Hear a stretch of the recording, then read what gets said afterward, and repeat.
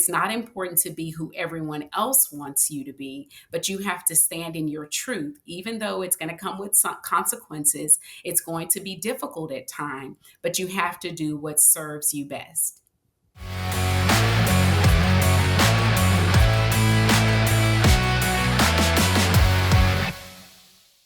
Hello, and welcome to the Mindset and Self-Mastery Show. I'm your host, Nick McGowan, and today on the show I have Dr. Nicole Bradford. Dr. Bradford, how are you doing? I'm doing great. Thank you so much for the opportunity to be here. Absolutely. I'm really excited for us to get into things we're going to get into today. So why don't you kick us off? Tell us what you do for a living and what's one thing most people don't know about you that's maybe a little odd or bizarre? Well, what I do for a living, I am the owner of Maintain the Flame, a company that was established to help others design the life that they desire and live audaciously authentic. And I am an educator and administrator that has spent over 20 years in the field of education. And something that most people do not know about me is that when I was younger, I would always go to Michael Jackson look-alike contests. I had my jury curl and the red jacket and the glove, and I would do lots of competitions. And so back in the day, my mom was like my momager. And so she pushed me to the front and get out there and dance, Nicole. I wasn't the greatest, but I had a lot of fun doing it. So do you still moonwalk every once in a while? Yes, just to prove it to my children that I can. That's funny. I think once you learn that you can do that thing, you do it just periodically. Like I'll moonwalk out of a room every once in a while, like something's awkward. I'm like, oh, all right. Yes, I love it. That's so cool. And especially for you to be able to not only enjoy what you wanted to do, but you went ahead with that. And it's interesting with the momager thing. Well played on that too. There's certain parents that almost look at their kid and say, well, I couldn't do this thing, so I want you to do it. And there are other parents that also say, well, I couldn't do this thing, so I don't want you to do it. So did you experience any of that, or what was that like when you were growing up? No, my mom was just a big Michael Jackson fan Okay. herself. And so she wanted to get as close as she could to the famous people and all the stars. And she thought she had a baby that had all the talent in the world and just would just push me along the way. But I don't believe she had any aspirations to do anything like that. But she was just a big fan of mine. That's cool. It's awesome to have a big fan in that sense instead of somebody who's like, oh, this is my meal ticket. Like I Yes. think I see that sometimes with people that are into sports, like their kid's good at something. They're like, oh, cool. Well, you're going to get an NFL contract at some point and we need a new home. We need this, whatever. But I always find it so beautiful. Like I don't have any children, but it's beautiful when parents just want their kids to have better than what they had and they want to do everything they can to help them. Um, what a beautiful thing. Do you have kids? Oh, yes. I have three amazing children. My oldest is a teacher. She's been a teacher for the past 4 years. She graduated from Hampton University. My son is actually one of those football stars that you talk about. He's at Angelo State. He graduated last year and he's working on his master's. So he has one season left of eligibility. And then my youngest is at UNT and she is in her senior year. Wow. So you're not proud of your children at all, are you? Oh, no, nah. That's awesome. I'm very blessed. I have an amazing group of children. That's great. And especially to be able to work on the things that you work on, look at the kids that you have, look at what they're doing, and being able to tie it all together. Why don't you tell us a little bit about your background, like how you got to where you're at and how it is that you do what you do? Well, yeah, just to tell you a little bit about myself, I was born and raised in Austin, Texas. I'm the youngest of six children. And so my parents, they started off with very, very humble beginnings. And so but they were able to work. They were very hard workers and they were very successful in the end. But unfortunately, I was raised in a very dysfunctional household. I had to witness domestic violence. There were times that I had family members that would go in and out of the criminal justice system, involvement with drugs and crime and things of that nature. And that was very difficult for me because I am someone that loves hard and family is everything to me. And so seeing my two biggest individuals that I admire. My parents at odds at time was very hard for me. There was a time that I had to go to the hospital with my mother because she was so bruised and battered that she had her wedding ring that was kind of lodged in her finger. And so I would beg her, can you please leave? This is not good for us. And she told me, no, your other siblings had your mom, they're both of their parents, and you need both of your parents as well. So I stayed through that. We stayed in that relationship, and they were able to reconcile at the latter part of their lives. But it was very traumatic for me. And so, of course, I had to go and seek counseling so that I can understand that, Nicole, where you are in that environment, that doesn't determine who you are as a person and what your life can become. And so, you just talked about my top three priorities in my life. And I made a conscious decision that I am going to be different for my children. And so, growing up, unfortunately, I didn't hear the words, I love you. I didn't hear those words until I went off to college. And when I went off to college, I understood I'm going to be commuting and driving back and forth, and something could happen to me. And so I would start saying, I love you, and then I would hear it back. But when I had my child, my mom said, you just had her. She's whatever years old, and you've told that child, I love you 40 times in the last 2 seconds. But I wanted to pour into them and to give them everything that I did not receive. And I wanted them to know that I'm going to be your biggest supporter, your biggest advocate. And even though I changed that environment for my children, I had to understand my parents did the best that they could with what they had, because she couldn't give me what she didn't have. And so I applaud them. I love my parents. I was able to take care of them the last 3 years of their lives. And that was in itself was very difficult, seeing my dad succumb to, after all of the strokes that he went through, and being nonverbal. And then my mom suffering through Parkinson's disease. And it was just difficult at times, but for me, very important to be there for them as they transitioned. And so I've dealt with my childhood trauma. A part of maintain the flame is you transition. You're young, you're vibrant, you have all this energy for life, but then as you become an adult, you start to conform. And you're looking around like, okay, do I fit here? Will it work here? And coming from my family, and then going into even being married with my in-laws, that and kind of like my favorite movie, Meet the Fuckers. Do you fit in this circle? Are you outside of the circle? And so I had to understand and quickly come to grips that, Nicole, you need to figure out who you are. And it's not important to be who everyone else wants you to be, but you have to stand in your truth. Even though it's going to come with some consequences, it's going to be difficult at times, but you have to do what serves you best.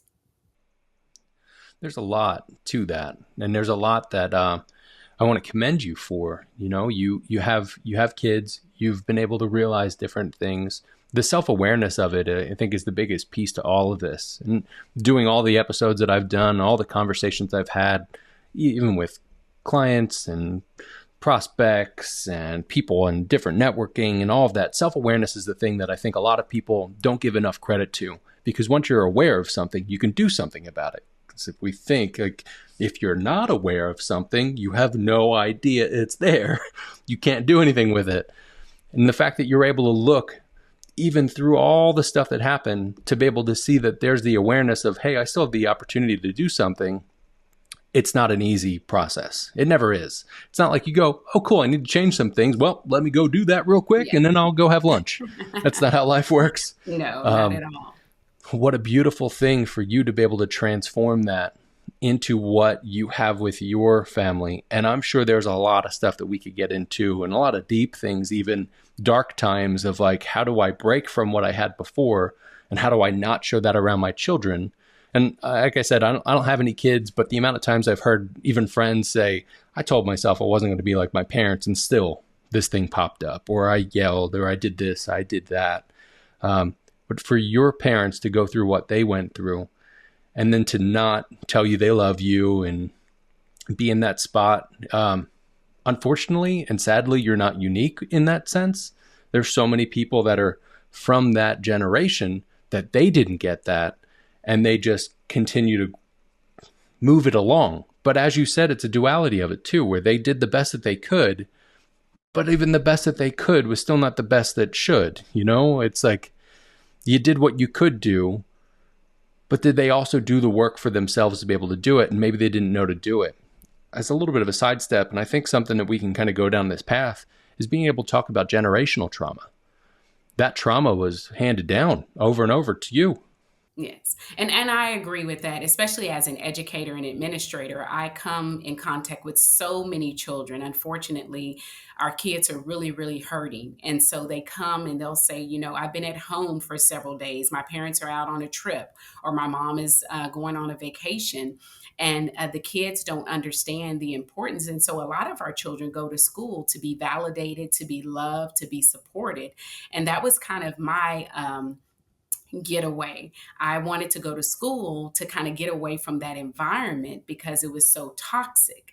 But I did understand over time that unfortunately, like some people, even with my students, some parents may not be in a position where they can believe that they can afford the help. In my position with my family back in the day in the 70s and 80s, counseling and all of that was not a big in thing or something that everyone was doing, especially in our demographics. And so just learning that it's okay to seek out help is important. And so when I work with people now on a day-to-day basis, I want them to understand the impact your decisions and your choices have on the children in your lives and those around you. Because we think that, well, they're kids, they don't know better. It's not going to affect them. Everyone always says they're so resilient, they'll bounce back. But the words, they last forever, and they can tear up a person and they can truly traumatize them. And so we have to watch the words that are being said. Unfortunately, growing up, because my mom had heard a lot of mean, hurtful things, she would in turn say certain things to me. So when I grew up, I had very low self esteem. I thought my skin was so dark, my hair, things of that nature. And it made me not really like who I was, but it was because of the messages that I was receiving.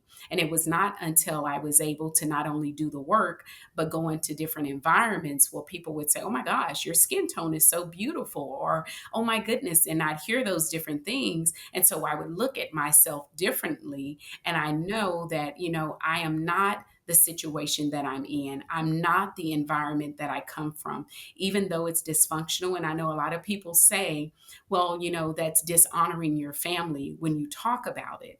But I truly believe that everything in life, God puts you through things so you can help someone else.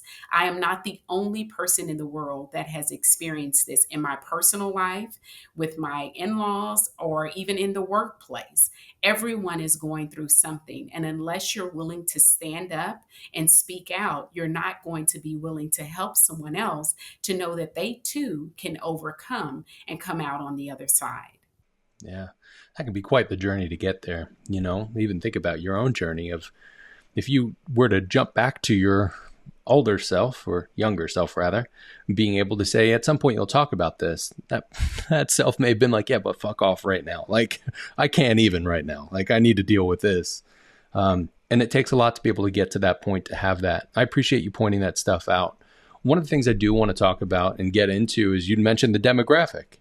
And that's one of the reasons why diversity is a big thing for us on this show, specifically to have other people of other races, genders, fluidity in all ways, to be able to be on this conversation, to talk about from your perspective and from kind of the niche in the world that you're in.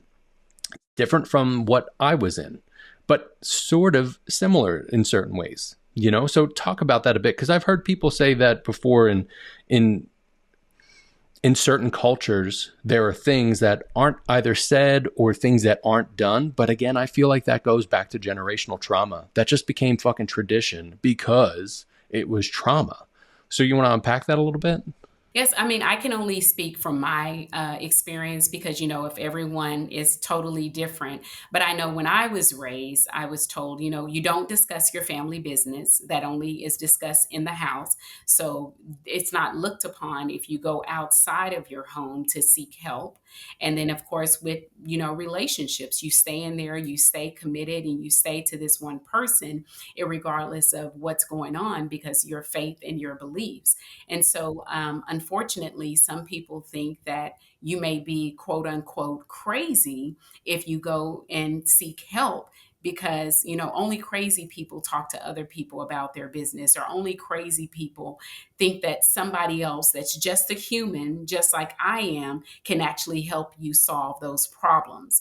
And so I think in life you have to be courageous enough to step outside of that box, because I could have stayed where I was. Again, I'm the youngest of six, the first to even go to college. I could have stayed in that same box that this is what we do. But you have to want more for yourself. And you have to understand that it doesn't stop here, because eventually I'm going to have children and I'm going to have a legacy. So I cannot allow that to continue to be who I am and what I accept. I have to be willing to grow, have a growth mindset, and want and accept more for my life. Yeah, and you brought faith into this, and I subscribe to it the same way that you do.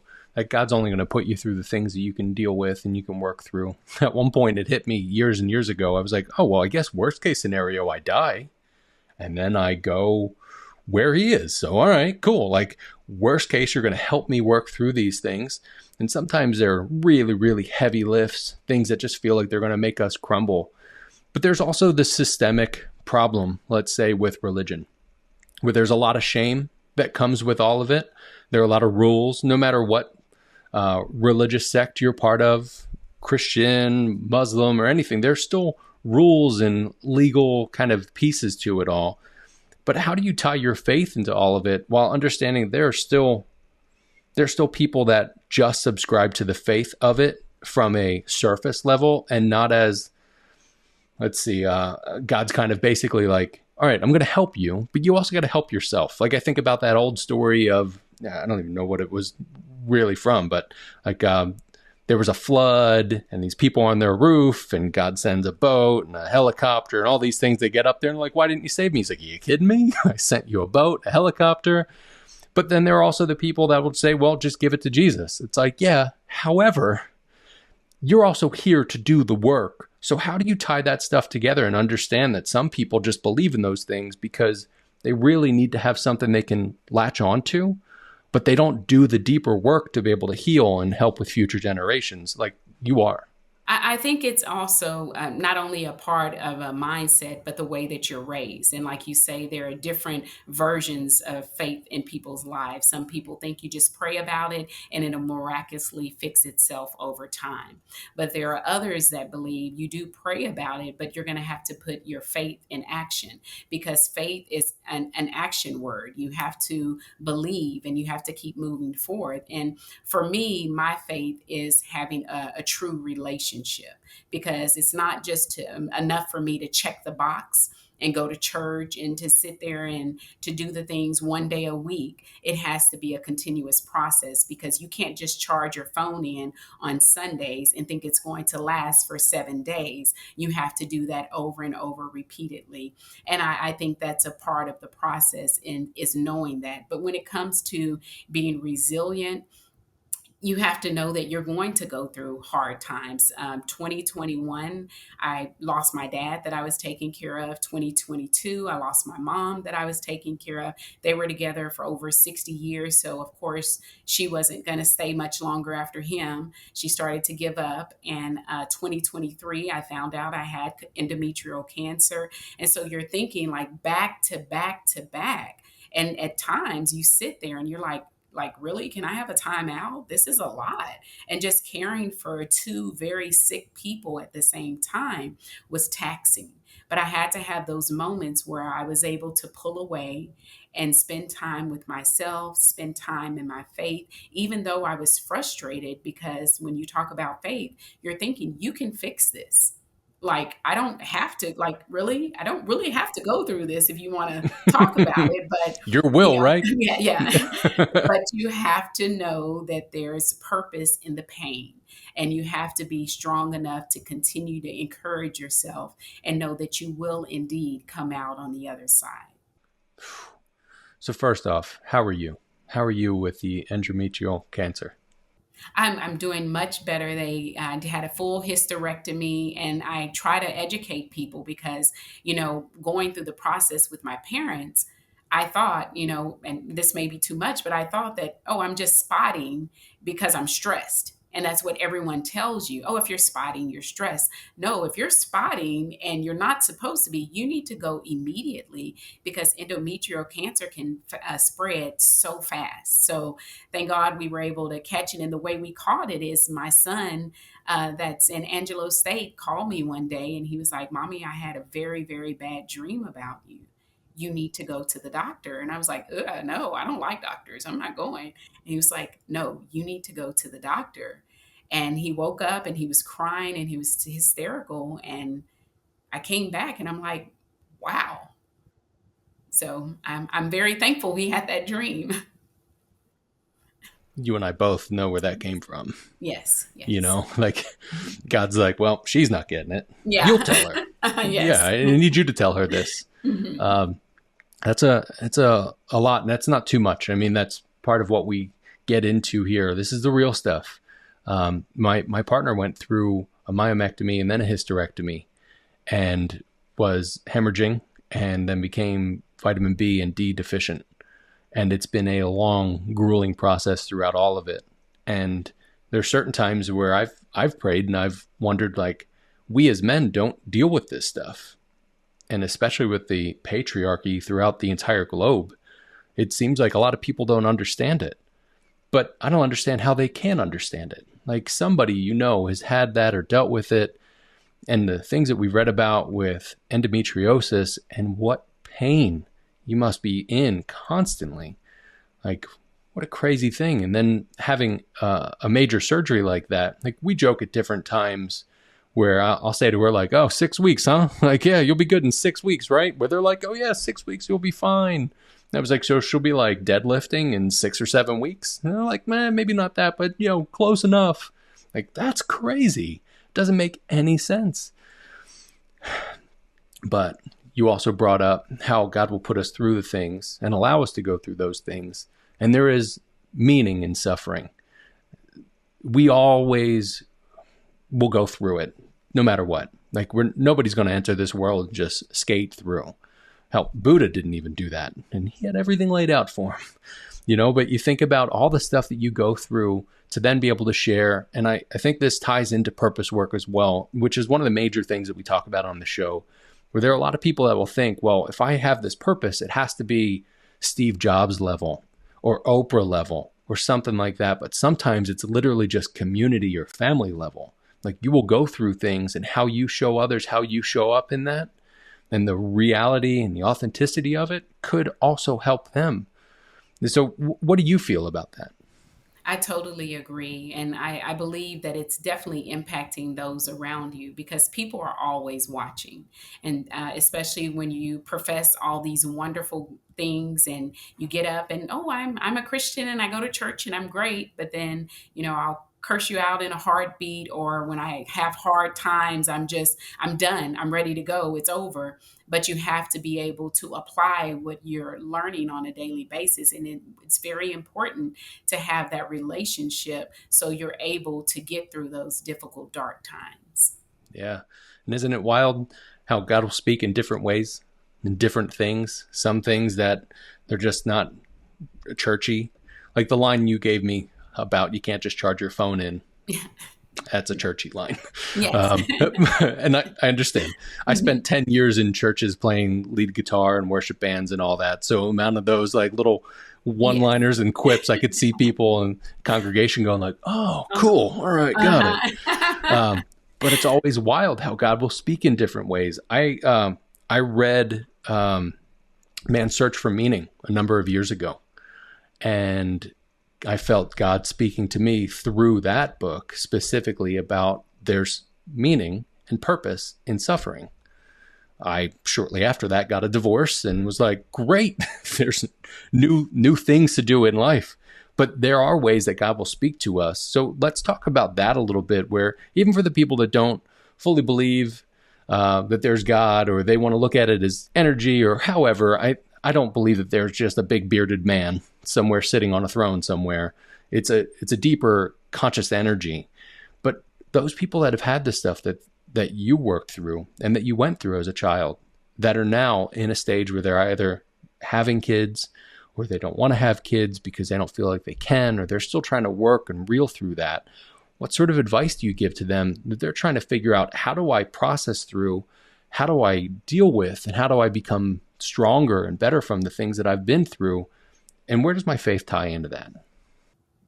I would say the energy, whatever you put out and what you focus on the most, that's what you're going to attract. So you have to find the good in the situation.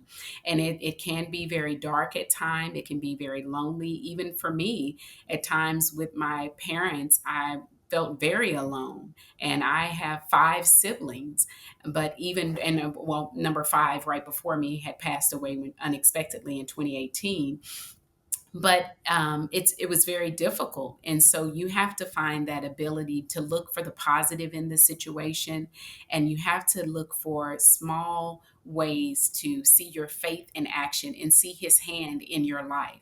There are ways that you're continuing to be blessed every single day. If it's merely you getting up and being able to walk to the grocery store, to be able to purchase different things. Now that I've cared for both of my parents, it has definitely shifted my perspective on life, because there's so much that we take for granted. We may say, I am going through literally all this hell, and my life is a wreck, but yet you just got up, and I'm sorry to be graphic, you went to the restroom and wiped your butt. Do you know how humiliating it was for my parents to be unable to do that? And so those simple things that you take for granted, those are blessings in itself. Yes, you may not get the things that you want, but he's always going to give you what you need. And you think it's just financial, you think it's just a relationship. It could be 100 times worse. So we have to focus on the positive. We must focus on the good. And then we have to find that internal fire inside of us so we can maintain our flame for ourselves, advocate for ourselves. We show up for everybody else. But when it comes to you, we tend to believe what the world tells us, who we are and who we should be, instead of standing in our truth and knowing who you are despite what you're going through. So look for the small blessings every day. Look for his hand in your life and hold on to your faith. He only asks for a mustard seed. He doesn't say you have to believe in everything and you have to have everything down packed. None of us do. No one's perfect. But if you have a small grain seed of a mustard faith, you'll see that there's some positive in your life and there's a lot for you to be thankful and grateful for. I agree. I still want to be able to move a mountain with my mind, though, Yeah. like the rest of the verse. Yes. Yes. And oftentimes I will think about, I'll see a bird outside. Like where I'm at, in the house that I'm at right now, there's a tree that's out here. The house that we live in, I have a few trees outside the window where my desk is, and I can see birds coming and going, and we have birds that, go to the feeder and all that stuff. But I will often think about that verse where God takes care of the birds. They don't have to worry. Why are you any different? And you mean more than the birds. I don't know. There's some really great birds out there, some beautiful ones. Maybe they mean a little bit more, but that thought of just, we are taken care of and it's there. And I think what you're talking about too, and I want to call this out. This isn't just a BS gratitudinal thing where you're like, oh, I'm happy and I'm grateful for this, grateful for that. It's really actually anchoring into it, understanding the perspective of it.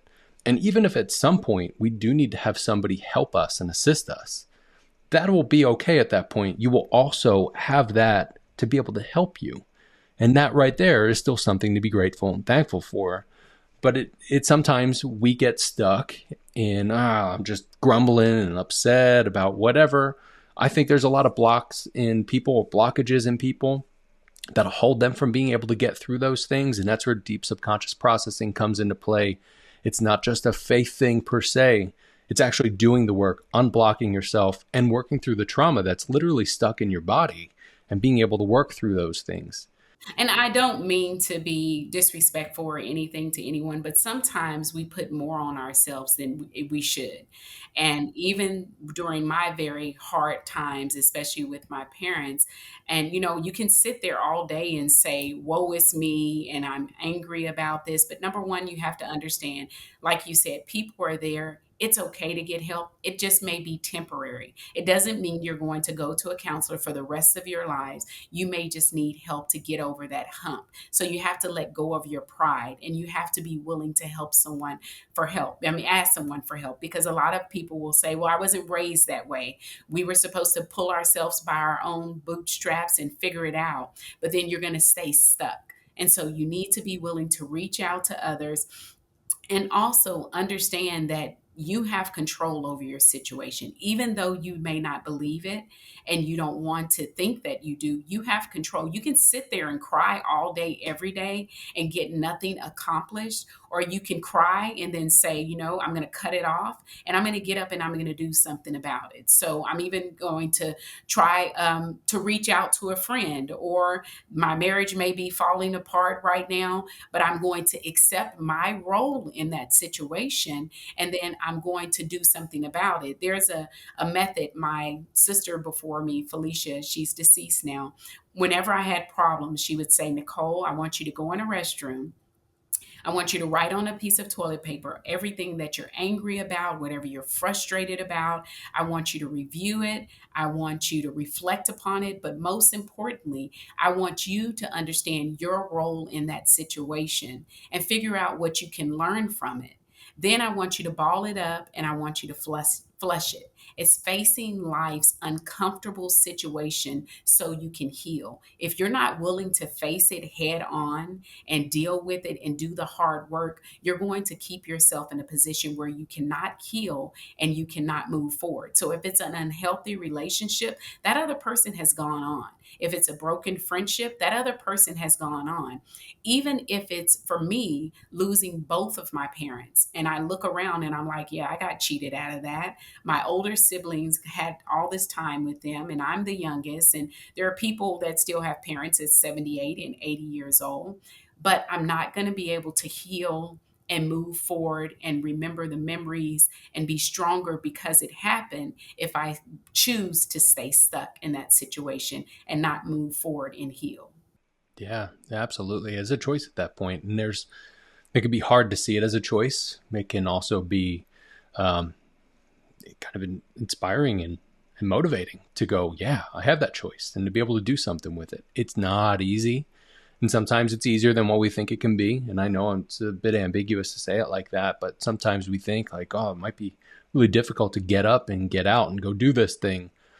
But sometimes once you're just up and out and you're doing the thing, it's like, oh, well, this isn't actually that bad, and it's better that way. So along that line, what sort of advice would you give to somebody that's on their path towards self-mastery? I would just tell them to, number one, stand in your truth and be willing to love on yourself, get to know yourself, and give yourself some grace, because it's not going to be easy. It's not going to happen overnight.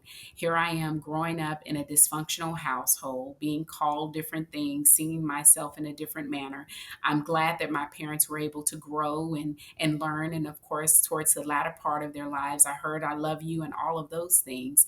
But you have to be willing to put in the work for yourself, and you have to make yourself a priority. No one's more important than you are. And if you're still here, you have a purpose and you have potential, but you have to have the passion to make it happen. So each day, as hard as it is, there are days I didn't want to get out of bed. There are days I was so angry that this even happened, and then I would blame myself. It's my fault they're still not here, because I had to put them in hospice and I felt guilty about those things.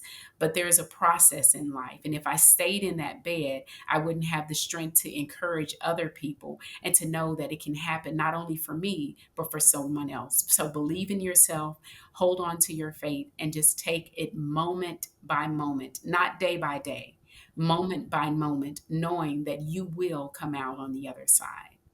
Yeah, that's great. It's like looking at it at a macro level and being able to take it step by step. I really appreciate you being on today, and thank you for sharing all the words of wisdom and the background and stuff that you've gone through. Before I let you go, where can people find you and where can they connect with you? Well, I have a website. It's www.maintaintheflame, all one word, .net. And there they can learn more about me, my speaking, my books, and we can connect.